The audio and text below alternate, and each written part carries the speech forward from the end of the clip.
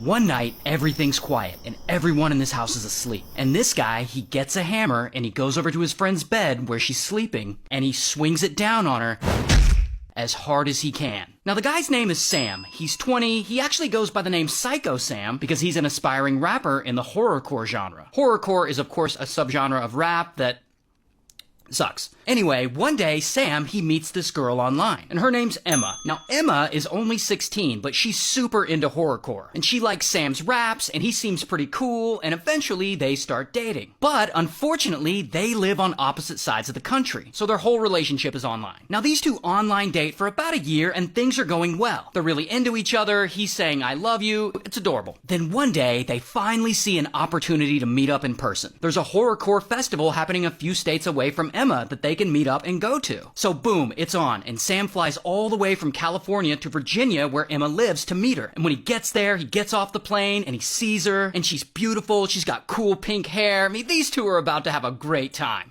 No, they're not, because the moment Emma sees Sam, she's very disappointed. But he's really different from his photos. He isn't actually this cool, badass horrorcore rap guy. In reality, he's really shy and kind of immature, and honestly, she just doesn't find him very good looking. And she's polite and everything, but poor Sam. He knows she's disappointed. He can see it on her face. Regardless, from there, they go and they meet up with Emma's friend, who we'll call Sidekick. And then all three of them get ready to go to the show. Then Emma's mom and Emma's dad, who we'll just call Emma's mom and Emma's dad, they drive the three of them out to this horrorcore music festival. So they get to the festival, and the music's good, and a lot of their online friends are there, and Sam wants to spend time with Emma, but still, Emma's not really feeling him. And this is upsetting for Sam. And it's not long before they get into a fight. And I guess this fight is really bad, because Emma ends up breaking it off with Sam. And this just destroys him. He's devastated. So eventually the concert ends, and Emma's mom and dad drive them to Emma's mom's house. Then Emma's dad leaves, because they don't actually live together. Emma's mom and dad are divorced. So now you got Sam, Emma, Sidekick, and Emma's mom all in this house. And Sam plans to stay a few more days, and then he's gonna fly back home. But, quietly, Sam has been stewing this whole time. So they all go to bed, and they're in separate rooms. And Sam, he's just lying there, and he's pissed off. I mean, he loves this girl, and now she wants nothing to do with him. And later, around 3 a.m., he's still up, and everyone else is asleep. And he gets up, and he searches the house, and he finds a ball-peen hammer. And then he creeps over to the couch where Sidekick is sleeping. He's so angry about the whole situation, he swings the hammer down on her, and it unalives her instantly, before she can even wake up. Then he goes upstairs where Emma's mom is sleeping, and he does the same thing to her. And finally, he creeps over into Emma's room, and she's there sleeping peacefully, and he does the same thing to her. Then, a few days go by, and Sam is still there in the house with the bodies. Now, Sidekick's mom, who we'll just call Sidekick's mom, she hasn't been able to get a hold of Sidekick for a few days, and she's getting worried. So she calls police to go over there to do a welfare check on her. Then police show up to Emma's house, and they knock, and Sam answers the door. But officers, I guess, don't see or smell anything wrong. So they just ask him a few questions, and then they leave. But Sidekick's mom is not satisfied with this. She knows something's wrong. So she calls Emma's dad, and she asks him to go over there and check. And Emma's dad's like, "Sure, I'll go over there and check on him." So Emma's dad drives all the way over to his ex-wife's house, and then he walks in the front door, and he doesn't see anything wrong. It's super quiet. Then suddenly, Sam sneaks up behind him with the hammer, and pow!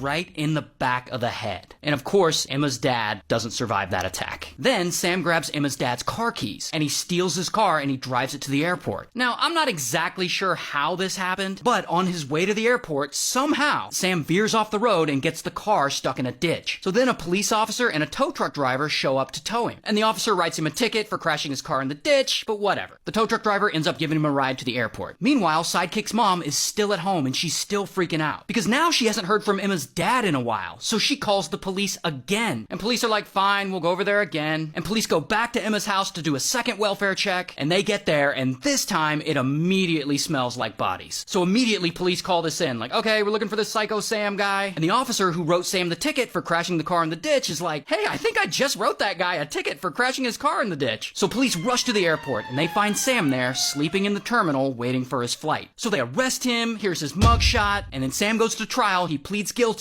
and he gets life. Anyway, here's some of his music. The evil voices, they're in my head. They wanna see me kill. So one night, this couple's at home eating dinner and they have a friend over. And suddenly, boom, the door gets kicked in and there's two men standing there with guns drawn. So the husband, we'll call him Pete. And the wife, her name's Francine. Now, Pete and Francine, they're not wealthy or anything. They're just a couple of working actors. And they have no idea who these two men are or why they targeted them. Now the men, we'll just call them the brothers. Now the brothers run toward them with their pew-pews out. And they're screaming orders at them. Get up! Then the brothers grab them, Pete, Francine, and their friend, who we'll just call Friend. And the brothers grab the three of them and they drag them all upstairs to the bedroom. And then they hold them at gunpoint. And one by one, they tie them up. Then one of the brothers goes back downstairs and he starts sifting through Pete and Francine's stuff. And then he loots their house and he loads all their valuables into Pete and Francine's car. Meanwhile, upstairs, the other brother has all three of them tied up and he's holding them at gunpoint. While Francine is trying to talk to the guy like, hey, please don't do this. And secretly, she's low-key trying to memorize his facial features just in case she makes it out of this alive. Then the brother goes over to Francine and he holds her down while he's still got a pew-pew to her head. And then he gets on top of her and he does something to her that I won't elaborate on, but starts with an R. And then when he's done, he goes over and does the same thing to her friend. All while Francine's husband Pete is there in the room and he's forced to witness the whole thing. And when they're done, the brothers get in Pete and Francine's car and they drive away. And Pete and Francine and Friend are absolutely horrified by what just happened. So they immediately go to police and they tell them everything. And luckily, Francine had memorized the attacker's face. So she helps police create one of those police sketches of the guy. But unfortunately, that sketch is all they have to go on. Regardless, police go out and they look for the brothers. But after a few days, it's kind of a dead end and they got nothing. But then, one night, an officer's out on patrol and he sees a car that he finds suspicious. I'm not sure why. But he goes and pulls the car over just before it can enter the freeway and get away. So the officer walks up to the car and he looks at the guy in the passenger seat and he thinks, hey, that guy looks familiar. In fact, he looks just like the police sketch that Francine had helped them with. An officer realizes that it's one of the brothers and bam, he arrests him right there. So Pete and Francine, they get the call and then they go down to the police station to confirm that they got the right guy. And when they get there, they see there are already a ton of witnesses there ready to identify the brothers for other crimes they had committed. So the brothers get charged, they go to trial. The one that did the R word gets 2 life sentences. The other brother who looted their house, he gets less prison time, but still a lot of time. And poor Pete and Francine, they get years and years of therapy to help them recover from this horrible experience. But that is not actually the craziest part of Pete and Francine's story. Remember how I said they're working actors? Years later, Pete and Francine go on to create a television show, completely unrelated to the robbery. But they create a show, and she acts in it, and he produces it. And that show becomes massively successful in the 90s, because Pete is actually Peter Mark Jacobson, and Francine is actually Fran Drescher. And that show they created is The Nanny. It becomes one of the most popular sitcoms of all time. Also, much later, Francine actually goes on to become president of the Screen Actors Guild.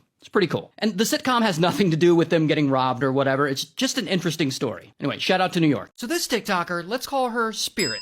One day, she's in bed and she starts seeing these creatures and they start talking to her. Now, Spirit is 14 years old. She's a good kid. She goes to private school. She's class president. And she also makes a lot of TikToks, mostly just dancing and lip syncing videos. Spirit also has an older sister. Let's just call her Angel. Angel's 19 and she has cerebral palsy and she uses a wheelchair. And when Spirit and Angel hang out, Spirit sings her songs and reads to her. They seem to be happy. But over time, Spirit's TikToks start to change. They get a little darker, kind of an emo vibe, because she's being bullied at school. She's becoming depressed. She also thinks she might be trans, but it isn't clear. And so Spirit retreats more and more into the horror movies she likes. And she starts to have dark, intrusive thoughts. And one day, Spirit has a normal day. She goes to school, she gets home, she posts a TikTok, and bedtime comes and she goes to bed and everyone in the house is asleep. And that is when she's approached by these creatures. And I don't know what to call them, so we'll just call them demons. And these demons, they start speaking to her. Now, Spirit doesn't like this. It scares her. She doesn't know what to do. Then the demons start bullying her. They're making fun of the way she looks, they're taunting her for maybe being trans, and they allegedly start telling her to hurt